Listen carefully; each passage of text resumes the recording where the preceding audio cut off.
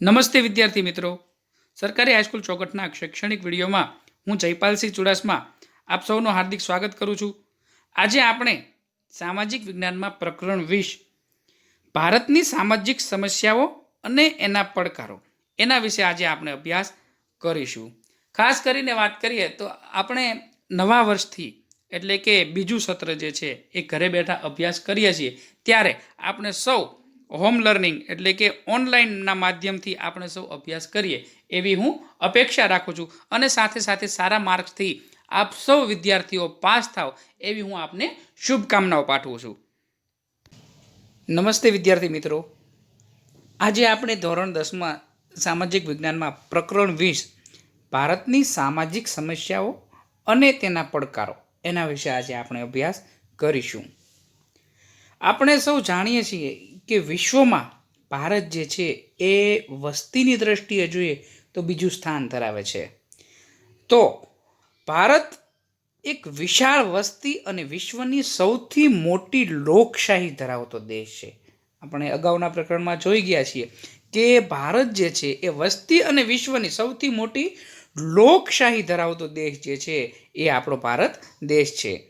જો ભારતમાં વિવિધ ધર્મો, જાતિ, ભાષા, સંસ્કૃતિ ધરાવતા લોકો વસવાટ કરે છે.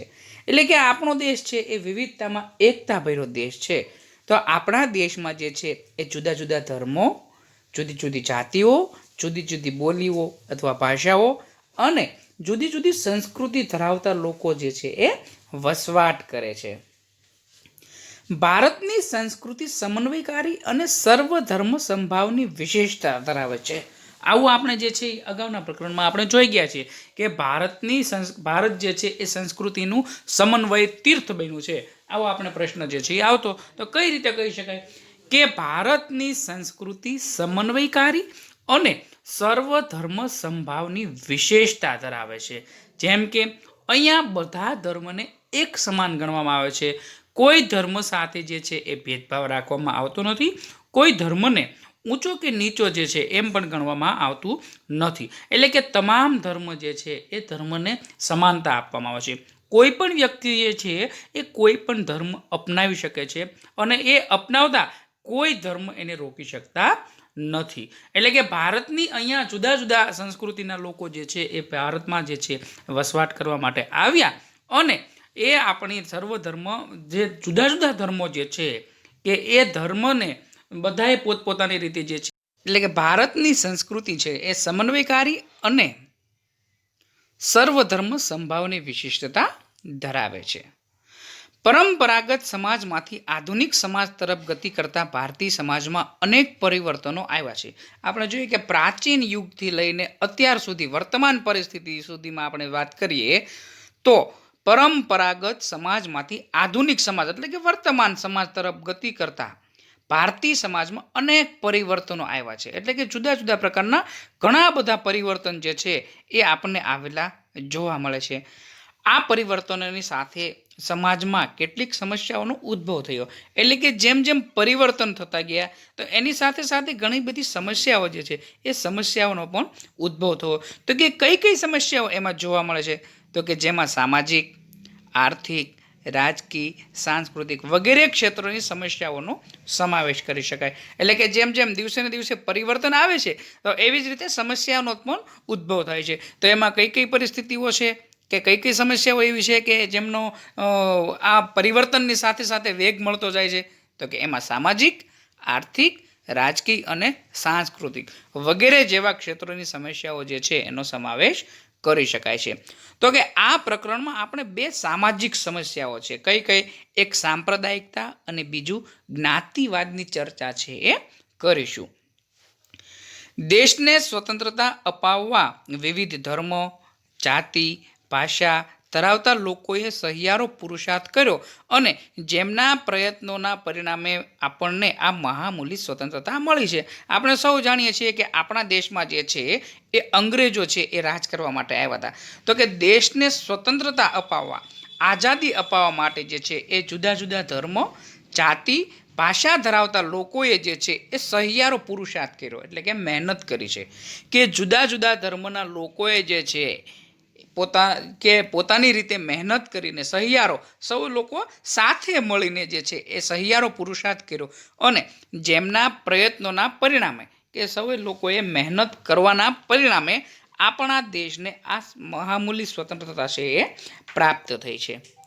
સ્વાતંત્ર્ય આંદોલન દરમિયાન જોવા મળેલ સદભાવ, એકતા, સહિષ્ણુતા વગેરેમાં સ્વતંત્રતા બાદ ઓટ આવી હોય તેવું જણાય છે.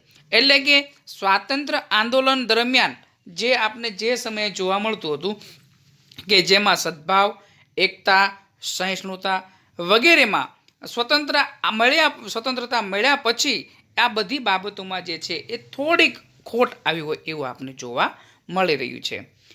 જાતિગત ઝઘડાઓ, સાંપ્રદાયિક ઘર્ષણ, પ્રાદેશિક હિંસા વગેરે જેવા દેશમાં શાંતિ અને વિકાસને અવરોધતા નકારાત્મક પરિબળો પણ જોવા મળે છે. એટલે કે જેમ દિવસે ને દિવસે પરિવર્તન આવતું જાય છે એની સાથે સાથે અનેક સમસ્યાઓ પણ ઉદ્ભવે છે.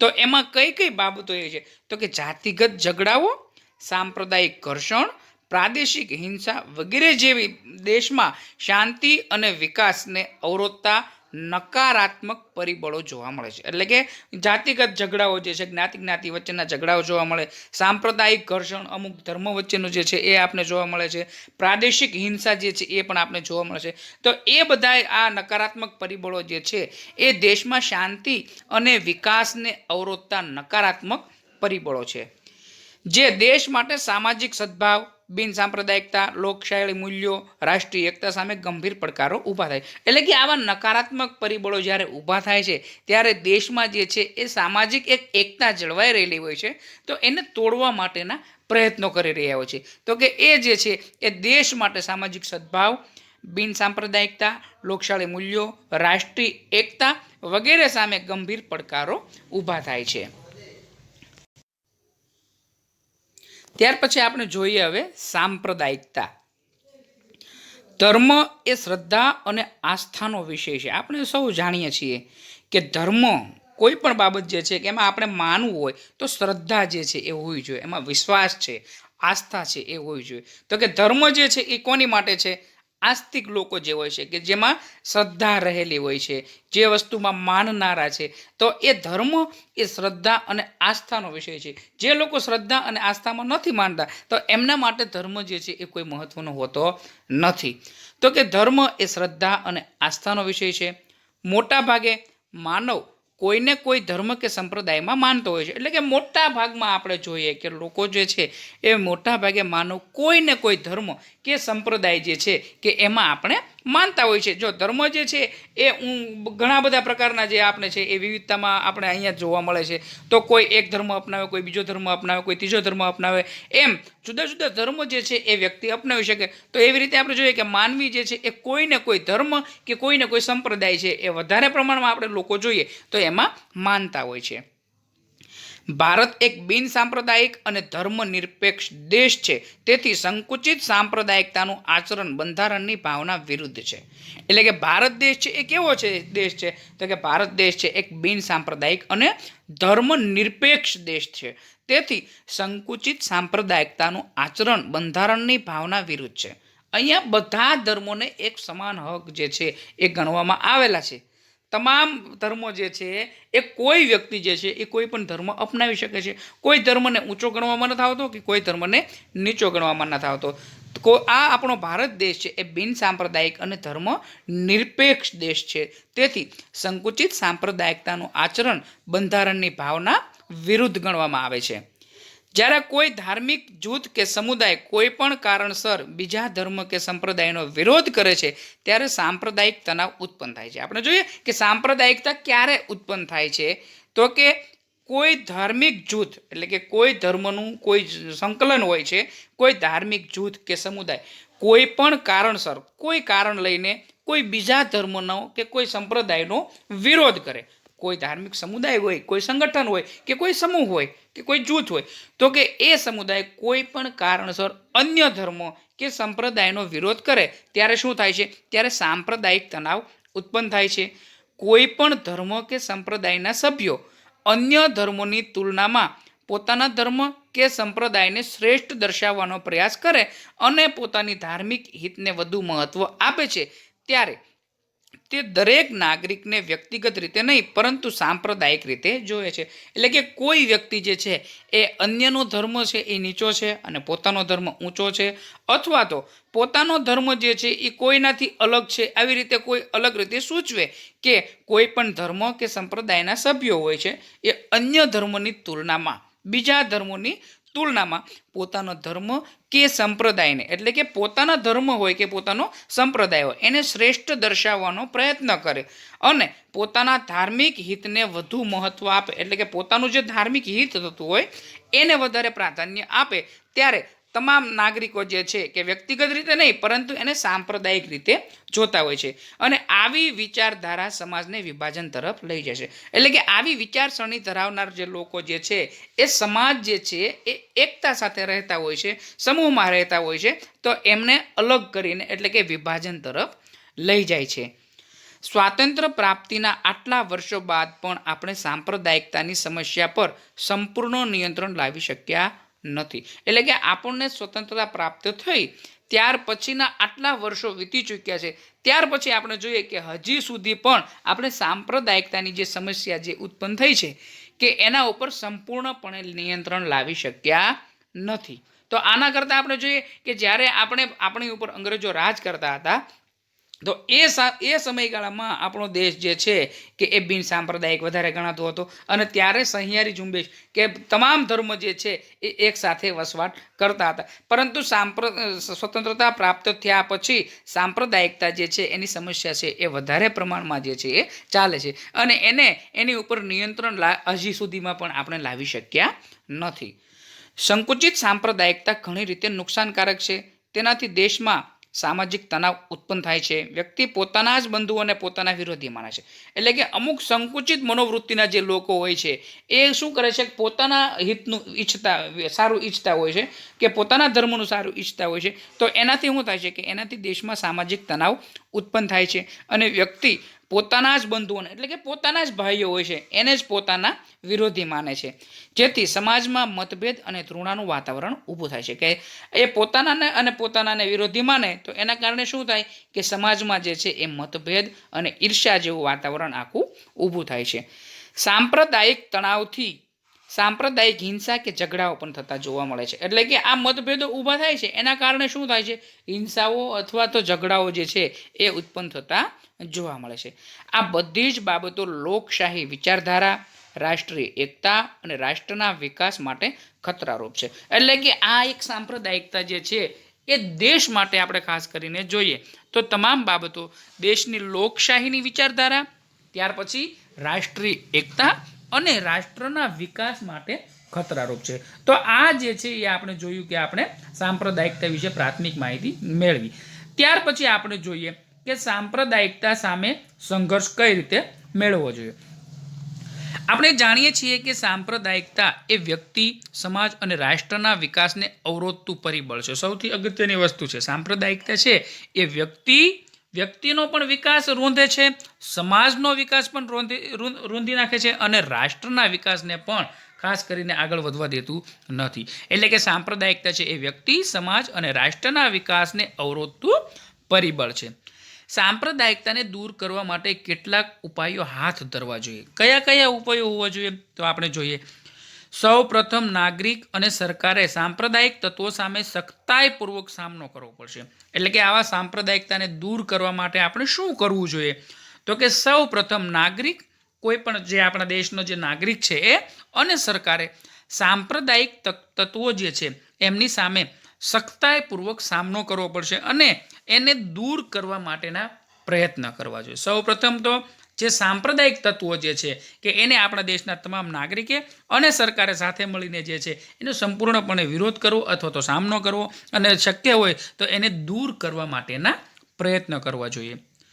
સાંપ્રદાયિકતા દૂર કરવાનું અસરકારક કાર્ય શિક્ષણ કરી શકે છે. સૌથી અગત્યની વસ્તુ આ છે કે શિક્ષણ જે છે એ સાંપ્રદાયિકતા જે છે એ દૂર કરી શકે છે. શા માટે કે કોઈ પોતાના ધર્મને ઊંચો કે અન્યના ધર્મને નીચો જે ગણાવતા હોય છે તો એને સૌથી સામાન્ય બાબતમાં અને સરળ ભાષામાં સમજાવવાનું કાર્ય જે છે એ શિક્ષણ દ્વારા થઈ શકે છે. તો આપણા શિક્ષણમાં અને અભ્યાસક્રમમાં બધા ધર્મની સારી બાબતને સામેલ કરવામાં આવે છે, તેમજ શાળામાં યોજાતી સર્વધર્મ પ્રાર્થનાઓ, સામાજિક પર્વોની ઉજવણી વગેરે જેવી પ્રવૃત્તિ બાળકોના તમામ ધર્મ પ્રત્યે આદરભાવ કેળવાય છે. એટલે કે શિક્ષણમાં જ આપણે જોઈએ કે બાળકો જે અભ્યાસ કરે છે તો એ અભ્યાસમાં તમામ ધર્મોની સારી બાબતોનો સમાવેશ કરવામાં આવે છે. તેમજ શાળાઓમાં યોજાતી સર્વધર્મની પ્રાર્થનાઓ જે છે, ત્યાર પછી સામાજિક પર્વોની ઉજવણી છે વગેરે જેવી પ્રવૃત્તિઓ જે છે કે જે આપણે ઉજવવામાં આવે છે એનાથી શું થાય છે તો કે બાળકોમાં તમામ ધર્મ પ્રત્યે જે છે એ આદરભાવ કેળવાય છે, જેના થકી સાંપ્રદાયિકતા દૂર કરી શકાય છે. ત્યાર પછી આપણે જોઈએ કે સાંપ્રદાયિક વિચાર આધારિત રાજકીય પક્ષોને માન્યતા આપવી જોઈએ નહીં. એટલે કે સાંપ્રદાયિકતા વિચાર ધરાવતા હોય તો એવા કોઈ પણ રાજકીય પક્ષો હોય તો એમને એવા રાજકીય પક્ષોને માન્યતા પણ આપવી નહીં. ચૂંટણી માટે ખાસ આચારસંહિતા છે અને તેનો અમલ કરવો અને કરાવવો જોઈએ. રેડિયો, ટીવી, સિનેમા સામાન્ય નાગરિક સુધી પહોંચવાના શ્રેષ્ઠ દ્રશ્ય અને શ્રાવ્ય માધ્યમો છે. તેમણે સર્વધર્મ સંભાવ સહિષ્ણુતાનો પ્રસાર કરવો જોઈએ. એટલે કે રેડિયો, ટીવી, સિનેમા સામાન્ય નાગરિક સુધી પહોંચવા માટેના દ્રશ્ય અને શ્રાવ્ય એટલે કે જોઈ શકાય અને સાંભળી શકાય એવા માધ્યમો છે.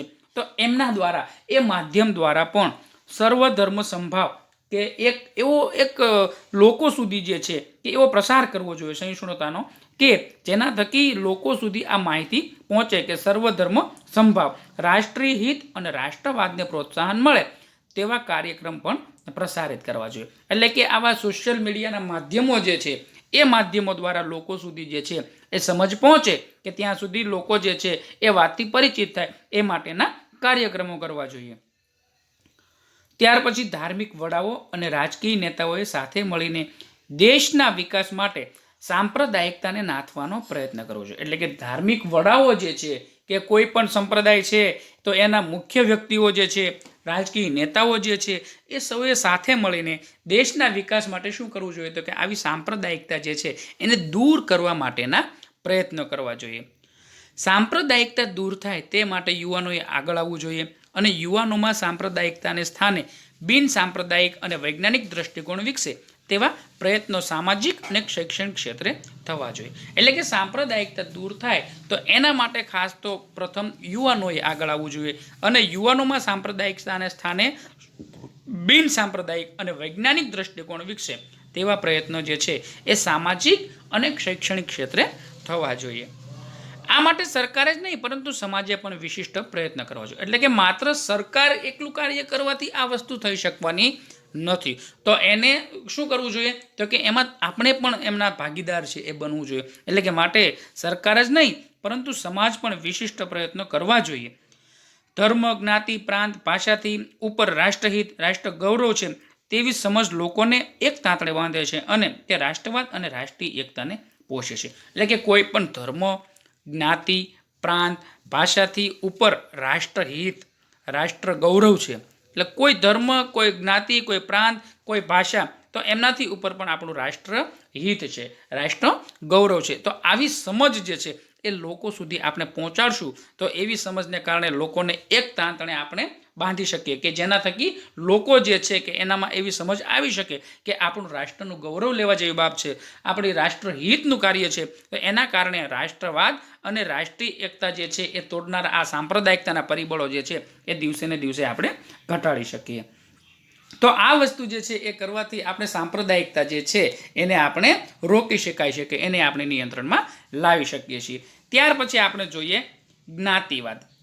ભારતની સામાજિક વ્યવસ્થામાં સામાજિક સ્તર રચનાના સ્વરૂપ તરીકે જ્ઞાતિઓનું અસ્તિત્વ સદીઓથી રહ્યું છે. આપણે જોઈએ જ્ઞાતિવાદ, કોઈ પણ વ્યક્તિ હોય તો એને જ્ઞાતિથી છે એ ઓળખાય છે. તો કે ભારત જ્ઞાતિ વ્યવસ્થા જે છે એ ક્યાંથી આવી, કઈ રીતે તો કે ભારતની સામાજિક વ્યવસ્થામાં સામાજિક સ્તર રચનાના સ્વરૂપ તરીકે જ્ઞાતિઓનું અસ્તિત્વ સદીઓથી રહ્યું છે. આમ ભારતની સામાજિક સંરચના જ્ઞાતિ પર આધારિત છે. એટલે કે ભારતની સામાજિક સંરચના છે એ જ્ઞાતિઓના આધારે પડેલી હોય એવું આપણે કહી શકાય. જ્ઞાતિ વ્યવસ્થા પ્રારંભિક પરિકલ્પના આજે છે તેના કરતાં પ્રાચીન સમયમાં ભિન્ન હતી. સમાજની જરૂરિયાતોની પરિપૂર્તિ અને શ્રમ વિભાજનના પાયારૂપ કાર્ય આધારિત જ્ઞાતિઓ હતી. એટલે કે એક સમય એવો હતો, પ્રાચીન સમયમાં આપણે વાત કરીએ તો કે સમાજની જરૂરિયાતો અને પરિપૂર્તિ અને શ્રમ વિભાજનના પાયારૂપ કાર્ય આધારિત જ્ઞાતિઓ જે છે જ્ઞાતિઓનું વિભાજન કરવામાં આવ્યું હતું. તો એમાં તો કે પ્રારંભિક પરિકલ્પના મુજબ તે 4 વ્યવસાયો પર આધારિત વર્ણ વ્યવસ્થા જોવા મળતી. કયા 4 વ્યવસ્થાઓ કયા 4 વ્યવસાયો છે કે એના ઉપર વર્ણ વ્યવસ્થા હતી? તો એમાં વર્ણ વ્યવસ્થામાં બ્રાહ્મણ, ક્ષત્રિય, વૈશ્ય અને શૂદ્ર જેવી 4 વર્ણ વ્યવસ્થાઓ જોવા મળતી હતી. અને જ્ઞાતિ આધારિત નિવાસ વ્યવસ્થા અને વ્યવસાયો હતા. વ્યવસાયને આધારે આવકના સ્ત્રોત, રહેતા સમાજમાં આવક જૂથના આધારે કેટલીક જ્ઞાતિઓ ઓછી આવક મેળવતી હોવાથી સમાજના અન્ય જ્ઞાતિ સમૂહોથી આર્થિક સ્થિતિમાં નબળી રહી ગઈ હતી. એટલે કે એ સમયગાળામાં જે છે અમુક વ્યવસાયને આધારિત જે છે એ જ્ઞાતિ વ્યવસ્થા જે છે કે એમની અમુકની આવક વધારે, અમુકની ઓછી, તો એ વ્યવસાય પ્રમાણે જે છે એ જ્ઞાતિઓ જે છે એમને સોંપવામાં આવેલું. અને એના કારણે શું થતું કે અમુક વ્યવસાયને કારણે કોઈને આવકની વધારે આવક હોય છે તો કોઈને ઓછી આવક હોય છે. તો એના કારણે અમુક વ્યવસાયને કારણે જે છે કે ઓછી આવક મેળવવાના કારણે અમુક જ્ઞાતિઓ એવી છે કે આર્થિક સ્થિતિમાં નબળા રહી ગયા છે. ભારતમાં અંગ્રેજોના શાસનકાળ પહેલાના સમયમાં કેટલીક જાતિઓ અન્ય સમૂહોથી દૂર સહેલાઈથી પહોંચી ન શકાય તેવા દુર્ગમ જંગલો અને પહાડી વિસ્તારમાં અલગ અલગ વસવાટ કરતી હતી. એટલે કે ભારત દેશમાં અંગ્રેજોના શાસનકાળ દરમિયાન, એટલે કે એનાથી પણ પહેલાની વાત કરીએ તો ઘણી બધી જ્ઞાતિઓ એવી હતી, જાતિઓ એવી હતી કે આપણે જે જૂથથી રહીએ છીએ, ગામમાં રહીએ છીએ, નગરમાં રહીએ છીએ, તો કે એવા બધા સમૂહથી દૂર ઝડપથી ત્યાં પહોંચી ન શકાય એવા દુર્ગમ જંગલ અને પહાડી વિસ્તારમાં વસવાટ કરતા હતા. આ જાતિઓનું સામાજિક જીવન અને સાંસ્કૃતિક જીવન અન્ય પ્રજા સમૂહથી અલગ હતું. શા માટે? કે એ આ તમામ જે લોકો જે છે એમનાથી અલગ રહેતા હતા, દુર્ગમ વિસ્તારમાં રહેતા હતા, કે અન્ય લોકો ત્યાં સુધી પહોંચી પણ શકતા ન હતા. એના કારણે આ જાતિઓનું સામાજિક જીવન અને સાંસ્કૃતિક જીવન જે છે એ અન્ય પ્રજા સમૂહથી અલગ જોવા મળતું હતું. તેઓની પોતાની આગવી સંસ્કૃતિ બોલી હતી. એટલે કે એઓની પોતાની આગવી જે છે એ એક ભાષા છે, એક બોલી છે, એ જોવા મળતી. તેમની સંસ્કૃતિ છે એ પણ અલગ જોવા મળતી હતી. તે જાતિના લોકો પણ પેઢી દર પેઢી અલગ વસવાટ, એકાકી જીવન વગેરેના કારણે વિકાસ સાધી શક્યા નહીં. એટલે કે એમના પણ પરંપરાગત જે આવતા લોકો જે છે, વારસાગત મળતા લોકો જે છે, એ જાતિના લોકો પણ પેઢી દર પેઢી અલગ વસવાટ કરતા, એકાકી જીવન જીવતા વગેરે બાબતોના કારણે એ પણ વિકાસ સાધી શક્યા નથી. પરિણામે શું થયું? તો કે પરિણામે તેમની આર્થિક અને સામાજિક સ્થિતિ પણ દિવસે ને દિવસે નબળી પડી રહી છે. તો આવી રીતે જે છે એ જ્ઞાતિવાદ જે છે એ પણ આપણે જોવા મળે છે. તો એમાં આપણે ખાસ કરીને જોઈએ કે લઘુમતીઓ, નબળા વર્ગો અને પછાત વર્ગના હિતના સંરક્ષણ માટે બંધારણીય જોગવાઈ. એટલે કે અમુક એવા વર્ગ વિભાજન કરવામાં આવ્યા છે, જાતિઓની જ્ઞાતિઓની વિભાજન કરવામાં આવ્યું છે કે જે આર્થિક રીતે પછાત રહેલા છે, જે ઓછા, જેમની જ્ઞાતિની સંખ્યા જે છે એ ઓછી જોવા મળે છે, જે પછાત રહેલા છે, જે નબળા વર્ગો છે, તો એના હિત માટે એમને પણ સમાજની અન્ય જ્ઞાતિઓની હરોળમાં લાવવા માટે જે છે એ સરકાર દ્વારા જે છે એ બંધારણીય જોગવાઈ કરવામાં આવેલી છે. તો એમાં આપણે જોઈએ તો કે ભારતના બંધારણમાં લઘુમતીઓ, નબળા વર્ગો અને પછાત વર્ગના રક્ષણ, કલ્યાણ અને વિકાસ માટે કેટલીક બંધારણીય જોગવાઈ કરવામાં આવેલી છે. એટલે કે આ જે આર્થિક રીતે જે છે એ પછાત રહેલા લોકો જે છે તો એમને પણ અન્યની હરોળમાં લાવવા માટે જે છે કે એમના રક્ષણ અર્થે, કલ્યાણ અર્થે જે છે, એમના વિકાસ માટે જે છે એ કેટલીક બંધારણીય જોગવાઈ છે એ કરવામાં આવેલી છે. આ બંધારણીય જોગવાઈઓ તેમના હિતોની રક્ષા, સામાજિક અસમાનતાનું નિવારણ અને તેમના કલ્યાણ અને વિકાસ માટે સુનિશ્ચિત કરી છે.